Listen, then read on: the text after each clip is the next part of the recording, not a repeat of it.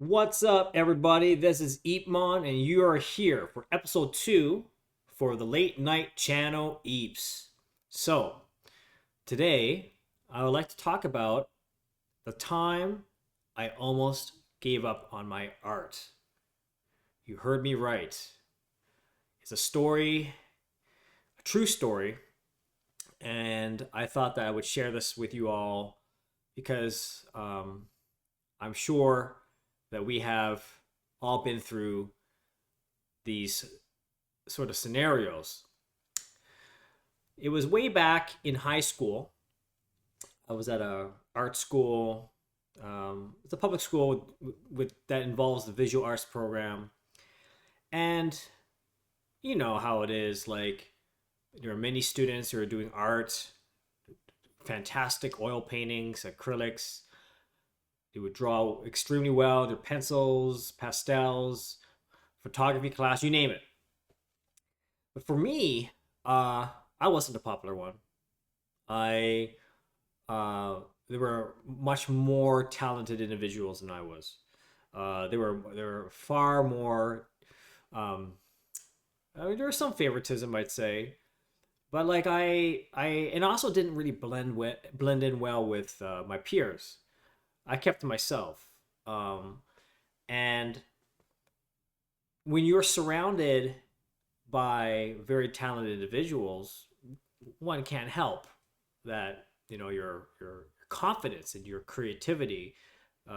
You question your what was once your passion, and then you see other people doing some amazing things. You're like getting too much information overload, and you're questioning yourself: Am I good enough? Like, look at these people. Like they're getting great marks, and I remember one time there was a class where in ceramic class we had to create a series of plates. It's a multi-series. Create a series of something. Okay, create a series of plates. Create a series of like cups. Oh, coffee time, guys. Hold on. And but I didn't want to do that. What did I do? I made a series of anime mecha robots uh, for my ceramic class. Like I made these things, and actually I have one right now. Hold on 1 second. Let me get it for you. All right, I'm back. So this is one of my old high school mecha robots that I glazed in class. I had a whole series of them. I bet you my teachers had no idea how to assess this. But whereas all my peers were making plates and all that, I made a series of mecha robots, y'all. Check it out. Look at that.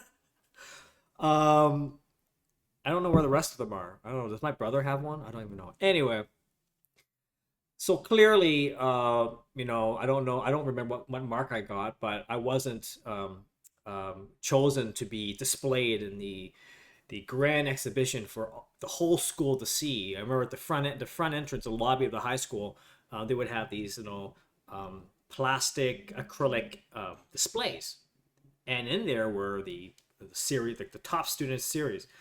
And I said, you know what? I mean, whatever. I snuck mine in. I snuck my series in the corner, where it kind of in the display, and I don't know what happened to it, but yeah. So I did that. This is actually pretty cool. Not gonna lie, I love it. Uh, but yeah, so I digress a bit, and my marks weren't. I mean, I got grades, but it wasn't again like after high school. Let's jump right after high school, and I was like, okay, what I'm gonna do? I don't know. I'm not confident in my artwork. I don't know what to do. I kind of like using computers, but I don't know where that's gonna go.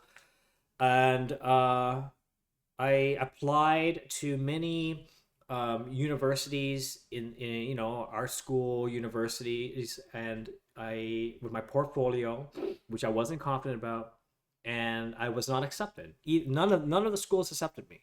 None of them. So you kind of imagine how I felt. I was like, that's like the final straw that broke the camel's back. I'm like, okay, well, clearly, if they don't like me, or if I'm not good enough, then you know that was like the final stab. And so I need to look elsewhere. My marks weren't great in high school, not great, and I applied to other universities, and I was accepted to study in economics. Can you imagine that? Economics. Or I got accepted to study in computer science at a college. And I would have to thank my mom for this because she recommended that I would choose computer science. And I was thinking about it. I mean, at the time, of course, computer programming and computers were booming in the industry. So as far as like job security is concerned, to my mom, that's like a no-brainer. But for me, I wasn't really thinking about that. I was thinking about, well, I do like using technology, as I mentioned in episode 1, and all I really know about the computer was how to turn it on, turn it off, and use some software, but very, very basic. Okay, I was the type of person who was afraid if I turn it on, the computer would blow up. That's how much knowledge I know.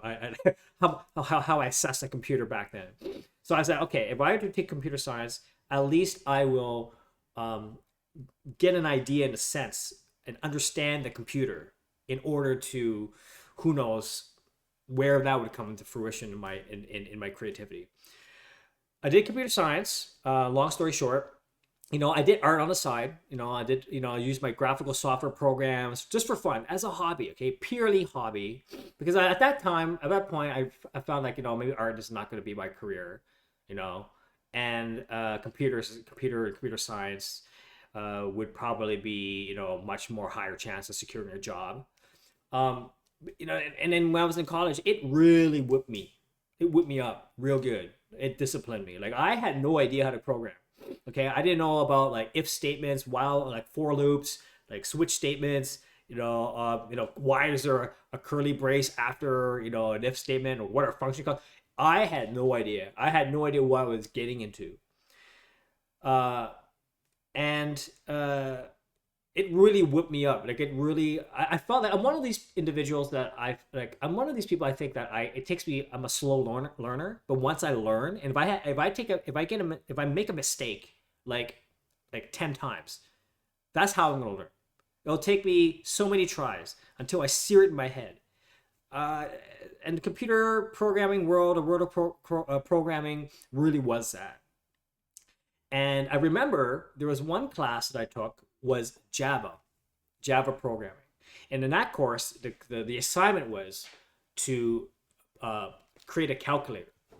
It's not just it's not just command line prompt and output hello world. It's more like, okay, here's a programming language. We want you to design a user interface, a UI calculator that actually works as a calculator.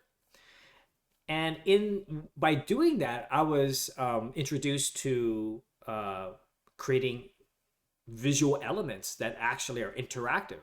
So I allude back to my days, alluding back to my days when my passion for playing video games. I love Nintendo and with Mario and finally I was like, wow, that was sort of like the first indicator, like I can actually create some interactive experiences through programming.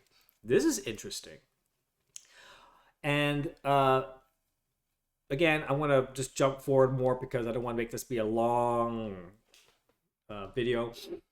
Upon graduation, my college, it was at Algonquin College, by the way. I'll just say it. Algonquin College, great college. I love it. They're great, great school. And I got co-op opportunities, and my first co-op opportunity was actually a web IT specialist at the Bank of Canada. I was just a young kid, and I learned about programming. I learned, and through that, I was like, wow, this is a real full-fledged job. This is a real job, and it was a great because for me, it exposed me to, wow, like, here was a person who wasn't so confident going to college, and then I was like, am I good enough? I don't know. My art's not great, but am I prepared for the real life of the workforce? And by doing the co-op, I start to really get confidence. I start to learn and understand how the workforce functioned, and that was a great experience. Now, the second co-op, I mean, we had three co-op terms. The second co-op term was with, I don't know if you guys remember this company called Corel Corporation. They're still around. Uh, and I remember I was there for, Corel, they do like, a lot of, graphical software applications, etc. Like I think at the time it was, Corel Draw and Painter and all that kind of stuff. And which is great, but I wasn't involved with any of the creative stuff. I came from a computer science co-op, so therefore I would do something computer science related. Quality assurance specialist was my second co-op term. Okay, in Corel. And I remember I was walking in the the cubicles on the floor, and there was this one group of people, huddled in this part of the office. And they were like I thought they were the cool people because they were like the user experience design team. They had the Macs. They would design the UI. And I remember I was like, man, I have a third co-op term. I don't know what my chances are, but why don't I hit up the manager and ask her, if I can have a meeting with her to, just to show my work, and if there's just have a conversation, maybe by the slightest chance I could have, I could see if there's an opportunity for a co-op to be in that group. I mean, it was such the chance of that happening was probably almost zero, but I give it a shot. The manager told me, okay, come in next week. I think it was a Monday, and then let's have a chat. So this is where things start to really get really interesting. I went to have a meeting, had a chat, and then I showed her my work, stuff I've been doing with graphic software applications. I drew my characters, using a stylus, creating stuff. And then and there's a hobby. Okay, at this point I already felt like I'd given up on my creative career. This is just my hobby. But here you go. Take a look at my work. And then she was looking through this. She goes, "You did this?" She asked me, "You did this?" I go, "Yeah." Like nothing to it.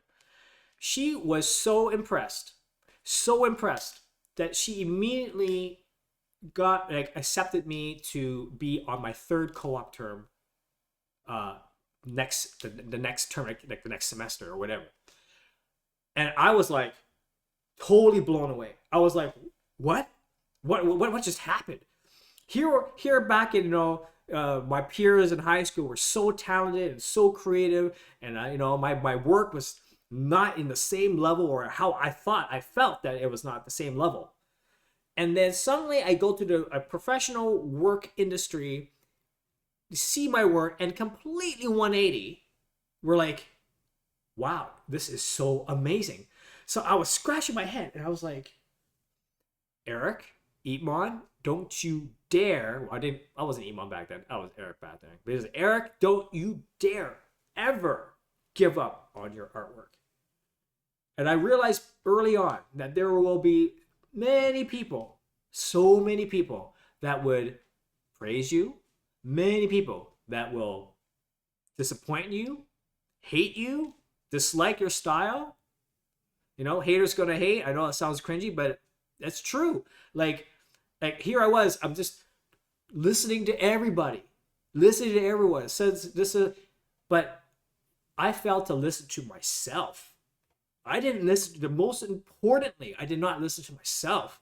How dare I not listen to my true calling? I had to experience both sides of the spectrum to realize, wow, yeah, this is, I can't give up. I was this close to giving up my art. And then here I was, third co-op term, as a user experience designer co-op student. And I was so happy. I was like, yes, this is my element. Of course, I have to justify to the computer science department that this is really relevant in technology and coding and all that. But of course it is. same for quality assurance specialists, user experience. We're all in the same boat. But I thought that I'd share this with you. Sorry, I might be going a bit too long. But goes to show that at the end of the day, it's up to you to decide what you want for yourself. People can advise you, give you suggestions here and there, but they're only seeing it from their own lens. Okay? Their own lens. And their own lens is like they grew up with different standards. They grew up with different perspectives. You are your own person. So me personally, people who give me advice, I accept it. I appreciate it. Thank you. But it's not the be all and end all. In fact, I dare say that advice is like a grain of salt. Like, just take it in, but do not internalize it, and don't make it too don't make that as as the truth, because you are yourself is the truth. So on that note, that was my little story, and I have many, many more. Thank you for listening. This is the Late Night Channel Eeps. Until next time, perhaps episode 3, I will talk about something else. We shall see. Like, comment, subscribe. If there's anything you want me to talk about, my work or whatever, let me know. And I appreciate your time. Thank you and good night. EEPMON signing off.